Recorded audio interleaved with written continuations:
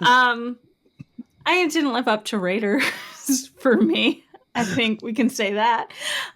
Raiders was a perfect movie, I thought, and this just felt like we really fell off the wagon somewhere. I thought it was fun. Like, listen, this is just a fun action serial. You have sort of this uh, serialized James Bondy kind of character who just goes from adventure to adventure, and the best parts of that are great, and the bad parts of that are really highlighted in this movie. So I'll start. I think some of the really fun stuff.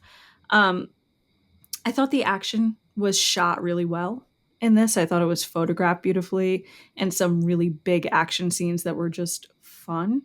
The kills were crazy, and I liked how dark this movie was. It wasn't a problem for me. I thought that was kind of cool. Some of the dark parts of Raiders I thought were the most interesting and the most toothy, and it gave some weight to some of these really amazing kills.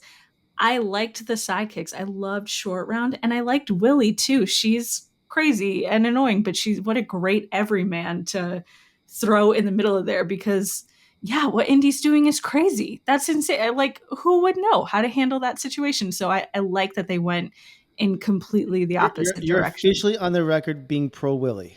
I'm pro Willie. It's fine. Okay. It's Okay. fine. Okay. Um, I just like that they didn't try to give us the same woman twice. Does their romance make any sense? No. Do I think it makes sense to hold that to a really rigorous standard for an 80s action movie that's not about that? Also, no. Who cares? That's not the point of it for me. Um, so yeah, I thought that stuff. I thought the score was amazing. I was happy to be listening to John Williams again. Um, the problem with characters like this is when you stick them in locations that you treat as exotic as this, and the white savior trope that really jumps out. And it's right from the opening number all the way through. I mean, the Indian people in this movie they're either helpless or evil the whole time.